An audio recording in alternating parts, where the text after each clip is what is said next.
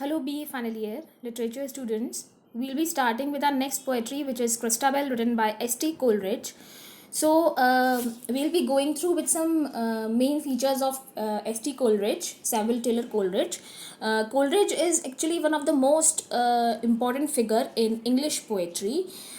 His poems almost directly and deeply influenced all the major poets of age. He was also known by his contemporaries as a meticulous craftsman who was more rigorous in his cheerful reworking of his poems than any other poet, and Southey and Wordsworth were dependent on his professional advices. His influence on Wordsworth is particularly important because many critics have credited Coleridge with the very idea of conversational poetry.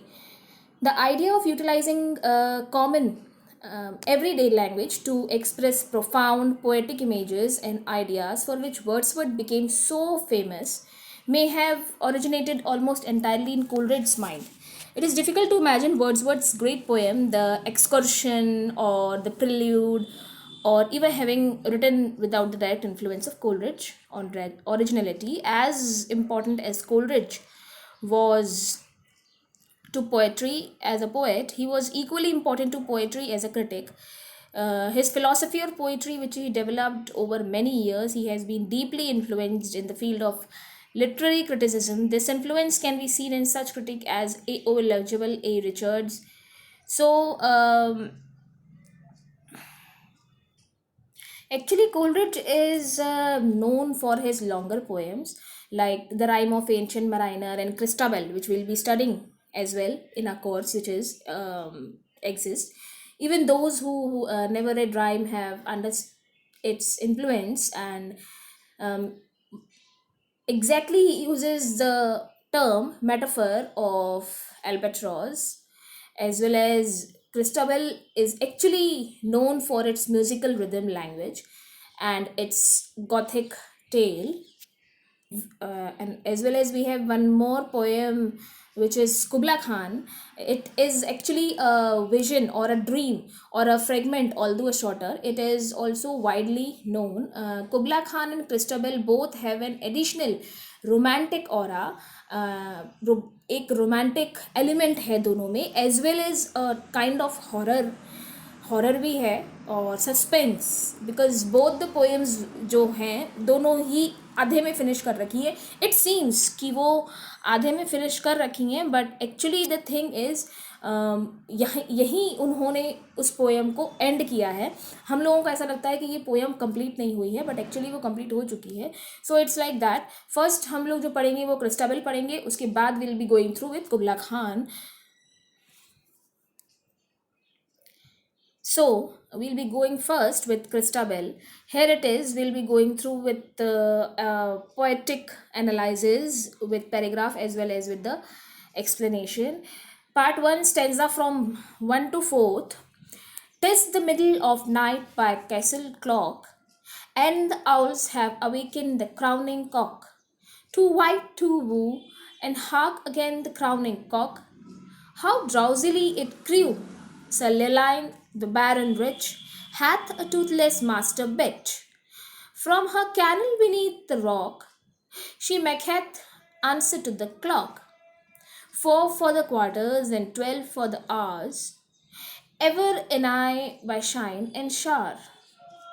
Teen short howls, not even loud. Some say she sees my lady's shroud. Is the night chilly and dark? The night is chilly but not dark. The thin grey cloud is spread on high. It covers but not hides the sky. The moon is behind and the full, and yet she looks both small and dull. The night is chill, the cloud is grey. 'Tis a month before the month of May, and the spring comes slowly on this way. The lovely lady Christabel, whom her father loves so well, what makes her in the woods so late? A forlorn from the castle gate. She had dreams all yesterday night of her own betrothed knight, and she in middle night would will pay for the wail of a lover that's far away. She stole along, she nothing spoke, she signs, she heaved, were soft and low.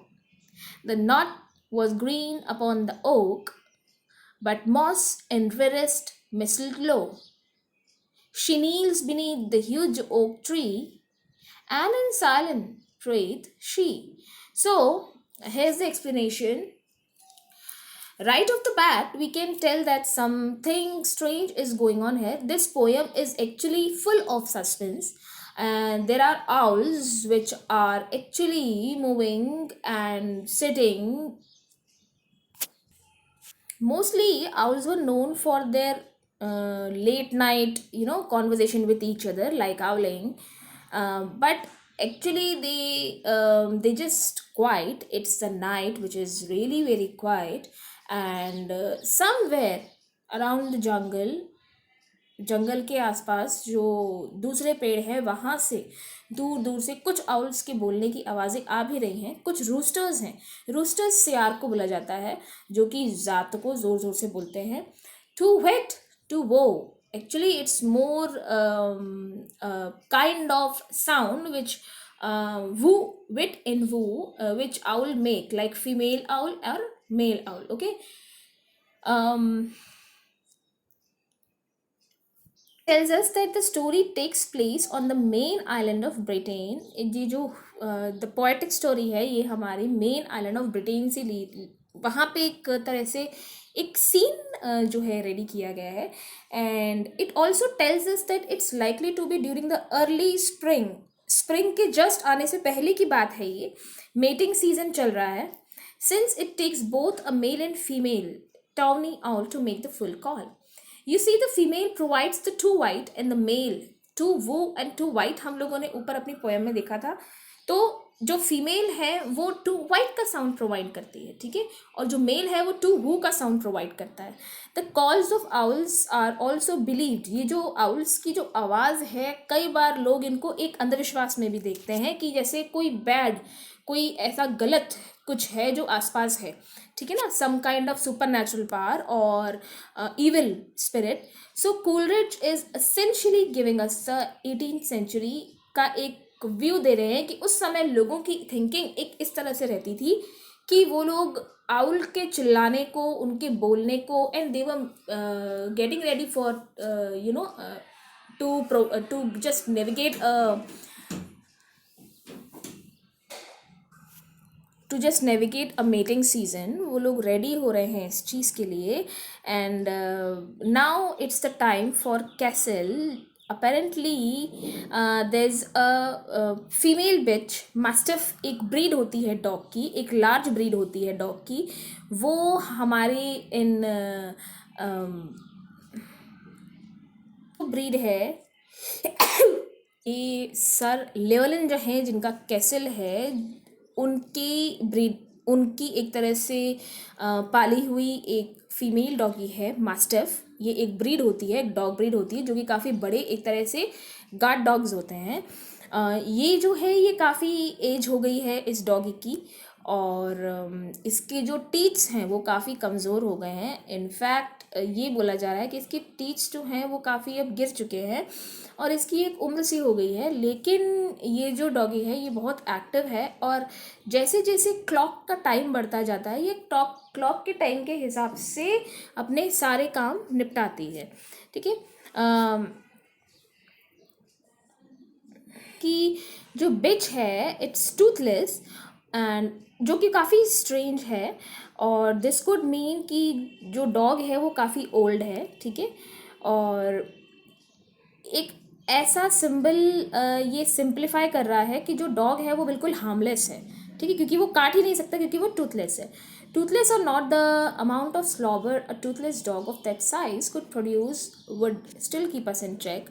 So without teeth, the dog is almost, it's kind of security dog, but uh, uh, without teeth, वो बिल्कुल useless थी। Okay. जैसे जैसे एक एक quarter उस castle, जो castle में जो क्लॉक थी बड़ी, उस कैसल के वो क्लॉक के हिसाब से जैसे जैसे एक टाइम एक क्वार्टर आगे बढ़ता जाता था। वो जो डॉगी थी वो एक हाउल करती थी, ठीक है, टाइम बताने के लिए। सो नेक्स्ट जो हाउल था वो quarter hour and then 12 more to let us know that it's precisely midnight. उसकी नेक्स्ट हाउल जो थी उसने ये बताया कि ये ऑलमोस्ट रात की 12 बज रही है। और आगे बढ़ते जाते हैं, वहाँ ये बताया गया है कि इट सीम्स लाइक कि टेक्निकली एक स्प्रिंग आने वाली है, स्प्रिंग सीजन आने वाला है। एंड इट्स सो अर्ली क्योंकि अब तक कोल्ड जो हवा है, ठीक है ना, वो अब तक वहाँ पे है, ठीक है, कोल्ड ठंडी हवा है, चिलिंग है, ठीक है ना, बहुत ही चिली है। और क्योंकि ये मिडनाइट का टाइम है तो ऑब्वियसली बाहर जो है वो काफ़ी डार्क है and it's a time of full moon निकल रहा है। एंड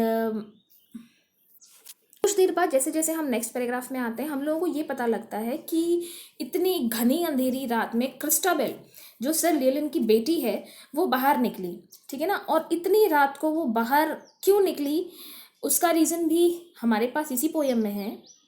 लगती है कि क्रिस्टाबेल जो है वो एक नाइट यानी कि एक योद्धा से उसकी एंगेजमेंट हो चुकी है। वो उस योद्धा के सपनों में खोई हुई है, ठीक है ना, उसको अपने फियांसे को वो मिस कर रही है और उसकी याद में, ताकि इनकी जो दोनों की जोड़ी है वो बनी रहे, उसने ये सोचा कि वो बाहर जाकर उन लोगों का एक पुश्तैनी पेड़ है वहाँ जाके पूजा करेगी, वर्शिप करेगी गॉड से, उनसे कहेगी कि वो इस जोड़ी को संभाल कर रखें और उनका ये जो एक बॉन्ड है ये कभी किसी के द्वारा ना तोड़ा जाए। एक नाइटमेयर भी आया था अपने फैंसी के लिए कि जो उसका फियांसे है वो डेंजर में है एंड शी इज़ डिसाइडेड, उसने फिर वापस डिसाइड भी किया इस चीज़ का कि वो उठेगी इतनी रात को अपने फियांसे की ज़िंदगी के लिए, उसकी लाइफ के लिए प्रे करेगी और बाहर जंगल में जाएगी और वहीं उस पेड़ के पास जाके वो प्रार्थना करेगी। बिकॉज सिंस इज विंटर्स तो पेड़ों पर इतनी लीव्स नहीं हैं, झड़ चुकी हैं जो लीव्स हैं।